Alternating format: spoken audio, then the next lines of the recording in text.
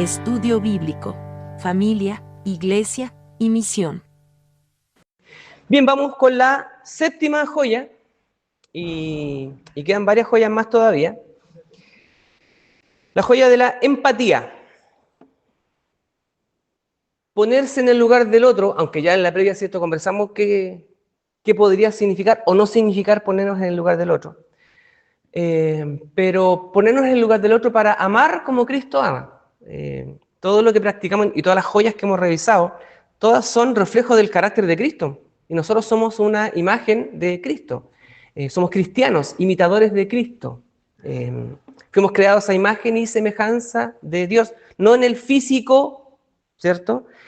Sino en lo que llevamos por dentro. Cómo estamos fabricados con todo este tipo de joyas y dones del Espíritu de los cuales habla Pablo también, ¿cierto? Y el fruto del Espíritu: amor, gozo, paz, paciencia, benignidad, bondad, fe, mansedumbre, templanza, empatía podríamos agregar también acá, comprensión y otras tantas.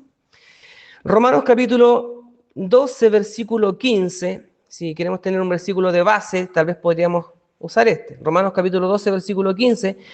Romanos 12 es un listado de los deberes cristianos. Y una vez me acuerdo que hicimos también un estudio bíblico y mencionamos mucho. Yo enumeré más de 60 deberes cristianos acá, cosas que podemos practicar, y podríamos también decir virtudes cristianas, más de 60 virtudes que pueden salir de acá. Romanos 12:15 dice: gozaos con los que se gozan y llorad con los que lloran. Recuerdo que en muchos cultos de día domingo mencioné el hecho de que nos alegramos cuando un hermano está de cumpleaños, nos alegramos cuando un hermano dice: mi hijo se tituló de tal cosa, nos alegramos con eso también, qué sé yo, encontré pega en tal, y nos alegramos con eso también. Y cuando un hermano está triste porque está pasando por una situación complicada, también nos dolemos con su dolor. E insisto, tal vez no comprendemos plenamente lo que está pasando, pero en ese acompañar en el llanto decimos: hermano, estoy contigo en esto, te acompaño en el sentimiento, ¿cierto? Esa frase a veces que es un poco cliché, pero que debería reflejar lo que debemos sentir, pues, gozarnos con los que se gozan, y también cuando sea tiempo de llorar, llorar también con los que lloran. Hermano, llora tranquilo en tu esquina, cuando ya te hayas recuperado, entonces vuelve. No es la invitación nuestra. Como Iglesia Bautista Bellavista, la invitación es decir: hermano, si tienes que llorar, ven y llora acá, porque queremos abrazarte y queremos consolarte. No queremos llenarte de preguntas. El pastor también nos ha enseñado y creo que en varias ocasiones también lo dijo: si viene un hermano acá por alguna situación, no le pregunte nada, simplemente abrácelo, recíbalo, conténgalo. Eso es mucho más sanador que tal vez que llenar: ¿pero qué te pasó, hermano? ¿Pero qué? ¿Por qué no me cuentas? A veces no es necesario preguntar tanto qué pasó, sino simplemente estar al lado del otro. Como estamos hablando de la familia, pregunta entonces: ¿qué es la empatía en la familia? Saquemos al tiro algunas cosas y dejémoslas de lado. Empatía no es sentir lástima, ¿ya? Empatía no es sentir lástima. Tampoco es dar soluciones rápidas, respuestas rápidas. No, es que lo que tú deberías hacer, ¿cierto? A veces caemos en eso, porque nuestra intención honesta es ayudar. Pero a veces en esa ayuda podemos cometer el error de intentar dar una solución rápida, una salida rápida a algún problema que alguien esté pasando. Otro error que cometemos, y también lo mencionamos hace un rato atrás, es cuando intentamos minimizar el dolor ajeno. Bueno, pero es que no es para tanto, hermano. Mira, si tú piensas, hay gente que lo está pasando peor que tú. Oye, pero sí, yo pasé por esto también y no es tan grave. Eso es minimizar, ¿cierto?, el dolor, y no es empatizar, obviamente es lo contrario. Así que la empatía también en la iglesia y en la familia no es sentir lástima, no es dar soluciones rápidas o respuestas rápidas, no es minimizar el dolor ajeno. Y ojo también a veces cuando intentamos empatizar, confundir lo que el otro está viviendo con lo que yo supongo que está viviendo. Porque a veces le digo: hermano, cuéntame qué te está pasando, y a veces el hermano nos quiere contar y tenemos que suponer qué es lo que está pasando dentro de tu corazón o dentro de tu cabeza. Y a veces en esa suposición de lo que podría ser que está pasando, también podemos malinterpretar y ofrecer respuestas y soluciones que no tienen nada que ver con lo que está realmente pasando. Ahora, no todos son un libro abierto. A veces uno derrama sus emociones y cuenta lo que le está pasando y tiene la capacidad de sacar todo lo que tiene, probablemente va a ser más fácil ayudarle. Pero alguien que es más cerrado también, no podemos obligarlo a abrir su corazón. Y hay que empatizar también ahí. Empatía es tratar de entrar en la experiencia del otro, pero sin intentar controlar lo que le está pasando al otro. No sé si alguien se ha sentido a veces que intenta como controlar lo que le está pasando, porque intento resolver la situación. Sobre todo si es alguien cercano, de familia. Nos pasaba cuando Marcelo en su adolescencia era muy cerrado en cuanto a lo que sentía nosotros, pero hijo, dinos qué sientes. Y ahí se ataba todo, no hablaba nada. Pero hijo, dinos con toda confianza, somos tus papás, por favor, dinos con toda confianza. Y no había caso que se abriera. Por más que nosotros abríamos puertas, todo lo demás, en esa intención de abrir puertas, de desbloquear todo lo que podíamos hacer para que él se sintiera en libertad de hablar, no podíamos destrabar lo que había en su mente y en su corazón, porque era algo que estaba en su interior y él necesitaba destrabarlo desde dentro. Y nosotros estamos intentando abrirlo desde fuera. Y ahí tuvimos que buscar ayuda, porque no pudimos, no. Era el deseo de nuestro corazón, y con Vicky nos estábamos acordando ayer o antes de ayer cuando pasamos esa situación, ese proceso, y que fue un tiempo de Navidad más encima. Me acuerdo que nos fuimos para Los Ángeles con el Valentín también, y Marcelo estaba justo en ese proceso donde estaba muy complicado, y fue una Navidad amarga para nosotros, muy, muy amarga. Porque no lográbamos, por más que intentábamos nosotros generar un entorno seguro para él, él no lograba destrabar lo que había en su corazón. Y fue doloroso. Porque, como les digo, había un deseo honesto de nuestra parte, tratando de sacar todas las herramientas, y no teníamos todas las herramientas. O sea, ¿cuánto dolor nos producía a nosotros el estar enfrente de nuestro hijo y ser totalmente impotentes e incapaces de poder destrabar lo que había en su corazón, en su mente?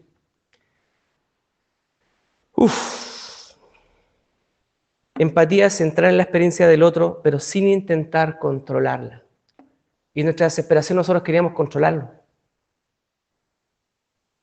Completamente honesto el sentimiento. Y yo les abro mi corazón en esto. Pero nos faltaban las herramientas. Bueno, gracias a Dios recibimos ayuda. El Señor nos guió a buscar la ayuda, a encontrar también. Y ahora es más fácil ya.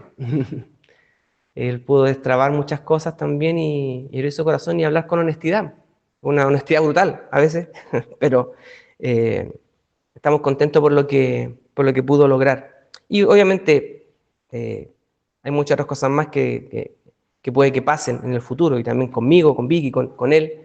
Yo simplemente les cuento desde mi experiencia. No le estoy obligando a que nadie cuente su experiencia, pero si a alguien le puede servir lo que yo hablo. En familia podemos decir, tal vez no siento, tal vez no soy capaz de sentir lo que estás sintiendo, pero estoy dispuesto a caminar contigo, a tomarte de la mano en lo que sientes. Entonces hay momentos, como decíamos un rato atrás, en que simplemente lo que hay que hacer es, no logro comprender tu dolor, pero aquí estoy al lado, tomándote de la mano para caminar contigo o simplemente estar sentado contigo. Es, dicho de una manera poética, escuchar con el corazón. Pero claro, los profesionales, los psicólogos escuchan desde la preparación que tienen académica también, los estudios que tienen, los libros que han leído, muchas herramientas prácticas y valiosas que tienen a su favor. Pero cuando no tenemos esas herramientas a nuestra mano, hay que escuchar con el corazón. ¿Y cómo se escucha con el corazón? No invalidando las emociones, cómo se siente el otro. Lo que decíamos nosotros atrás, pero si no es para tanto, ya le estáis poniendo mucho color. Eso es invalidar emociones. Tampoco es de rienda suelta, y eso también es parte de lo que quiero que conversemos en un par de semanas más.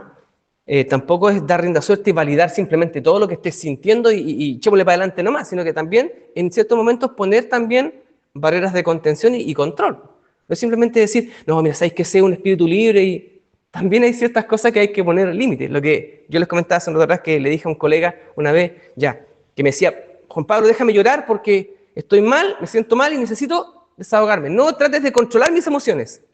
Y yo después tuve que decirle, claro, pero ¿hasta cuándo? Si yo veo que te hace daño, tal vez es el momento de intervenir. Entonces, hay un momento en que hay que respetar, ¿cierto?, el duelo ajeno, pero también hay momentos en los que probablemente va a haber que intervenir.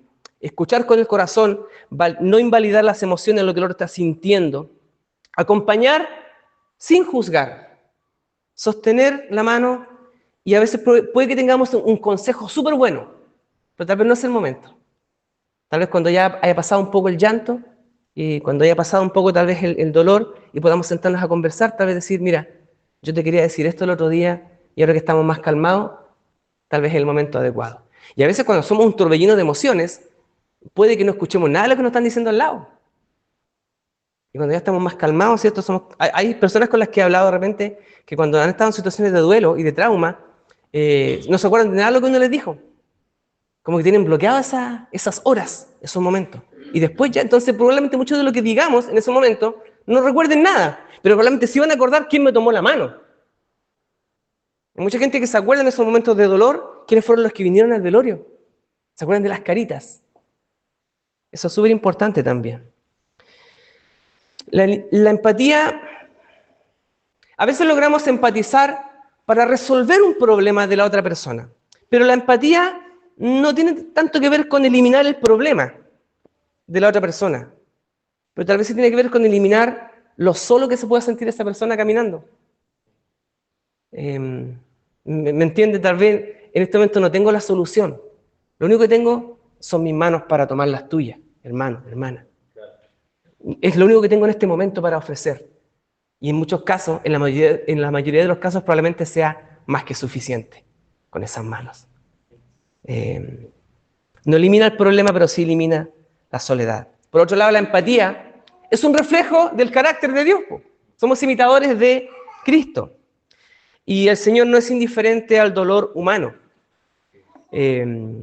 Salmo 34, 18, si alguien quiere notarlo, bueno, después como está quedando grabado, si quieren pueden repasarlo después. Salmo 34, 18. La hermana de Lina, la tía del pastor, dice que ella anota todo, escucha los estudios y los anota también.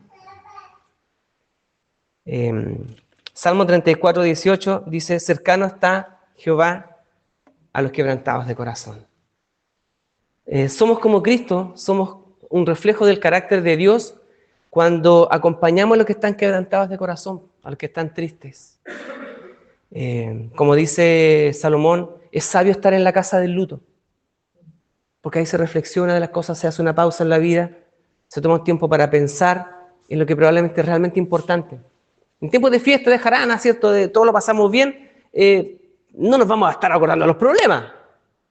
Pero en tiempos de necesidad, de duelo, de tristeza, de enfermedad, se vienen todos los sentimientos y uno valora muchas cosas que tal vez en las fiestas pasan de largo. Cercano está el Señor a los quebrantados de corazón y nosotros podemos decir, debemos estar cerca de las personas que sienten dolor, porque somos un reflejo del carácter de Dios. Isaías 63, 9. Isaías habla acerca de este Mesías que viene, ¿cierto? Y que vamos a estar celebrando también, este Mesías prometido. En toda angustia de ellos, dice Isaías 63, 9, Él fue angustiado, indicando este carácter de Cristo de hacerse uno con los padecimientos humanos, hacerse hombre, sentir lo que nosotros sentíamos también, sentir cansancio, sentir dolor, mi alma está turbada hasta la muerte. Jesús lloró, ¿cierto? Cuando supo que su amigo Lázaro estaba muerto. Sufrió cuando sus amigos lo dejaron plantado mientras él oraba en Getsemaní. Ni siquiera una hora pudieron velar conmigo, les recriminó el maestro. Hebreos capítulo 4, versículo 15, el escritor de Hebreos nos dice, no tenemos un sumo sacerdote que no se compadece de nosotros. Tenemos un sacerdote, un sumo sacerdote que sí se compadece de nuestros padecimientos. Uno que fue tentado en todo. Uno que pasó por lo que nosotros hemos pasado. Por eso también creo que Pati decía hace un rato atrás, nosotros también no hemos pasado por ciertas situaciones, pero Dios sí te entiende. Por eso dice la palabra, cercano está el Señor a los quebrantados de corazón. Jesús, hijo de David, gritaba al ciego, ¿cierto? Ten misericordia de mí. ¿Y qué decían los discípulos? Poco empáticos, no molesten al maestro. Pero Jesús va, ¿cierto? Y escucha el clamor. Empatía. Cuando decía recién, ¿cierto? Lázaro fallece, no está ahí con Marta y con María, ya, pero vamos levantando el ánimo. Lloró junto con ella, eran sus amigos. Sintió el dolor de sus amigos también y la pérdida de su amigo querido. cuando se acercó el leproso y el leproso le dijo, si tú quieres, diciendo, pucha, si en algo pudiera alcanzar de parte de ti amor, misericordia, compasión, empatía, y Jesús dijo, sí, sí quiero. Qué lindo, ¿eh? Que Jesús diga, sí, sí quiero. Señor, ¿dónde estás, Señor, en mi momento de tristeza? Aquí estoy. Como dice el poema, es cierto. ¿Qué pasó, Señor? Cuando yo estaba en mi momento más triste, había un par de huellas, ¿no? ¿Por dónde estabas tú? Yo te llevaba cargando, eran mis huellas las que tuviste en el suelo, ¿cierto? No tenemos un sumo sacerdote que no pueda compadecerse, sino uno que sí se compadece. El Señor no solo sana, sino que comprende. Así que empatía tiene que ver con comprensión. Pero, ojo, y esto, insisto, da para que conversemos mucho tiempo más.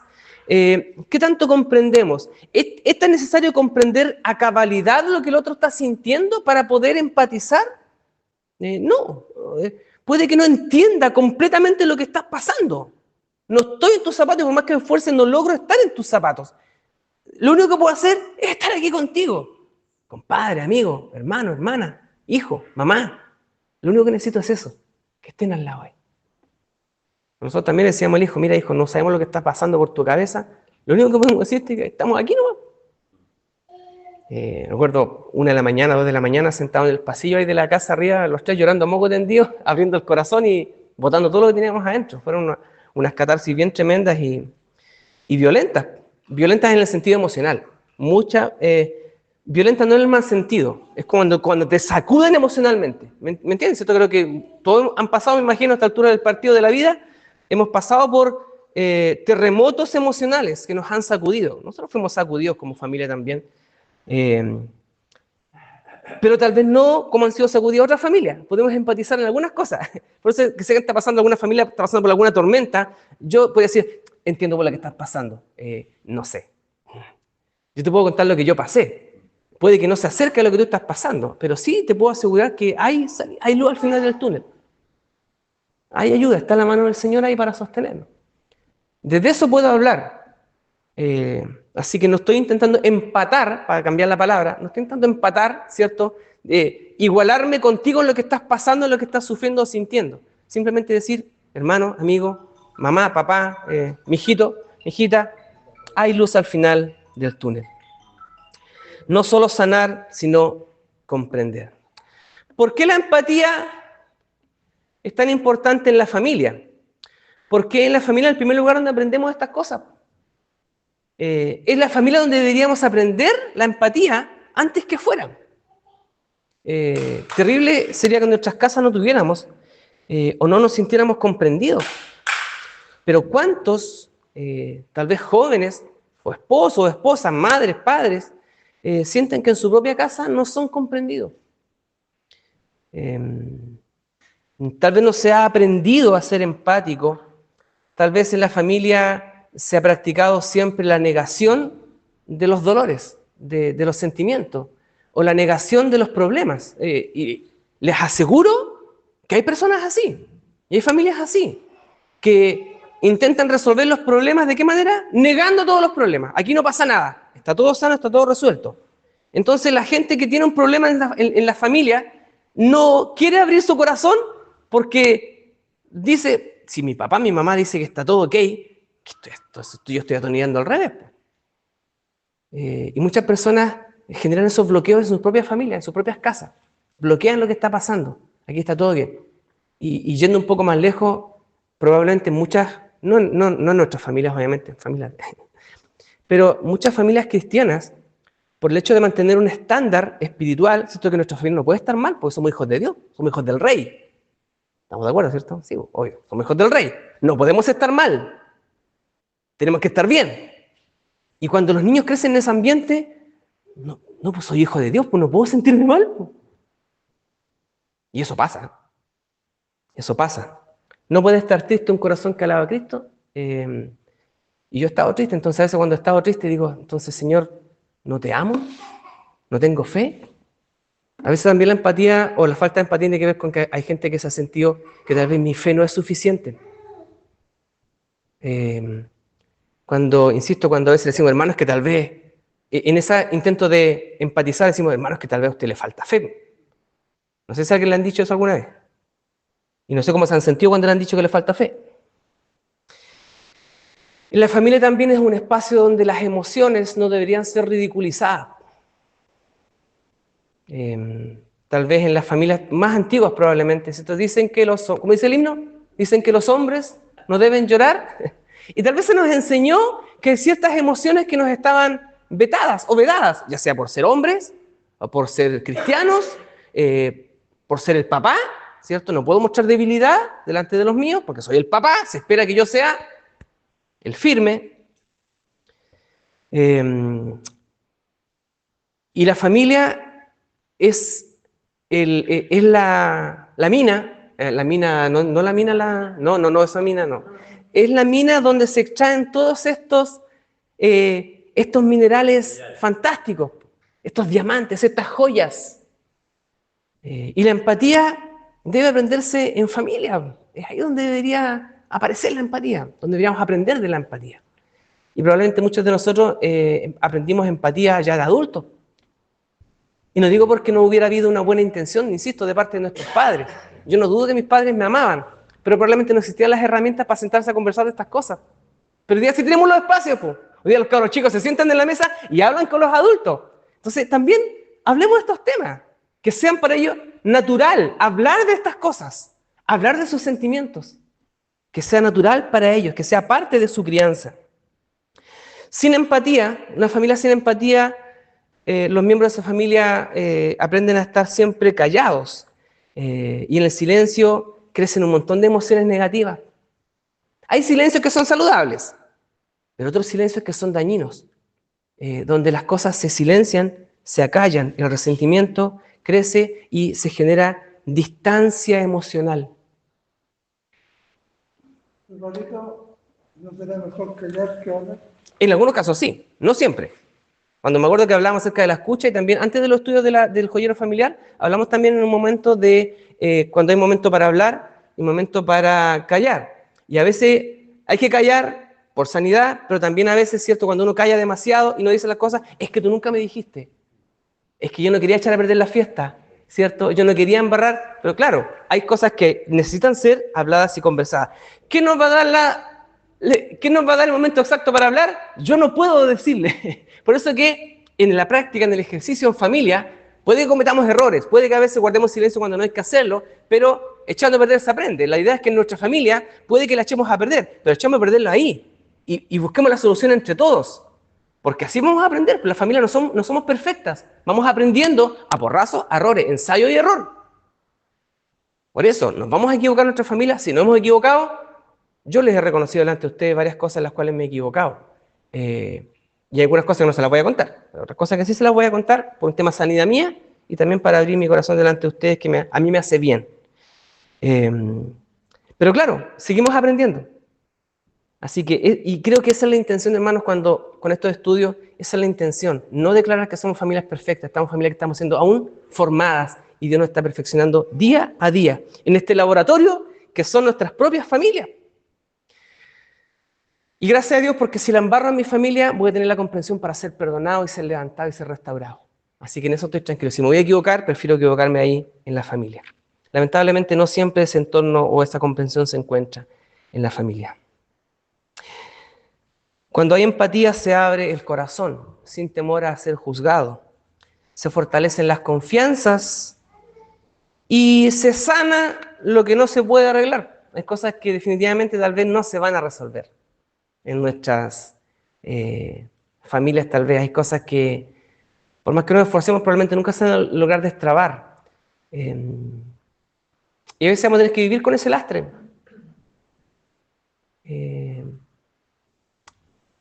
Porque insisto, por más que nos esforcemos, la idea es que nuestra familia busquemos ser mejores cada día, pero no a través del sufrimiento, diciendo, no, si nunca lo vamos a lograr.